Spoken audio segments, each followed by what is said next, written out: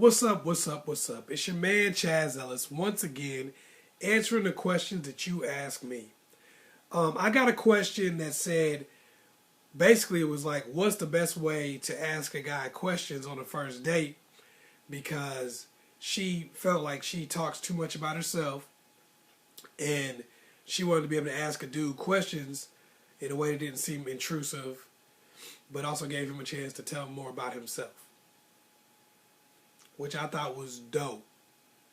So I'm making this part of my dating series for women. See, the key is, and this is a good question. This is good that she asked this question because the truth of the matter is, women probably don't know this, but you cannot win over a guy on a first date. There is nothing that you could do to win over a guy on a first date. Nothing. There's nothing you could say. There's nothing you could do. I know it sounds crazy, but we liked you already. You got dressed up and looked nice. So, we already like you. You already got dressed up. You already look nice. Now, all you could really do is say something to fuck it up. You can't say anything to make us like you more. You can really only mess it up. I know that sounds messed up, but it's the truth. The more you talk and the more you tell us, the more likely you are to mess it up. That's really the truth. You want to get to know more about him, so you start knowing what you want to tell him. That's what a first date is for. So you can know more about him, so you know exactly what you want to tell him. So don't try to win somebody over on the first date. First date should be a fact-finding mission. Anyway, and in that fact-finding mission, you're really asking 3 questions. Only 3 questions. And with those 3 questions, you just follow up. The first question is, what do you do? Of course, you want to know what somebody does for a living. The second question is, what do you do for fun? This gives you the opportunity to know what he likes, what he's interested in, what kind of things make him happy. You know, does he like to watch basketball? Does he like to watch sports at all? Does he like to go on fun activities, or does he like to hike or whatever? You know, what kind of person is he? Does he like to watch movies? Is he kind of more of a sit-down person? It tells you, because now that lets you know whether you guys are going to be compatible.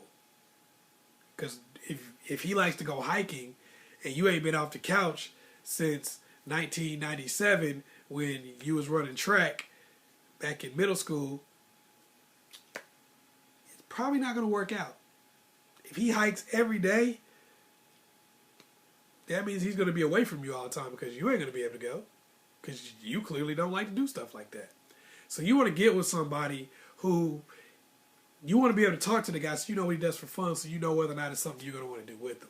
So you're not dragging him to your crap and he's not dragging you to his crap all the time. Y'all got some common interest. Family and friends. You also want to know, does he have children? Is he close to those children? If he is, what is his situation like with his baby mama? You want to know about his friends. What kind of friends does he have? Is he cool with people that you and your friends can get along with? Because that's going to be tough too. If all of his friends are the type of people that you wouldn't want to be around, that means that you can only be around him when you two are alone. So that sucks.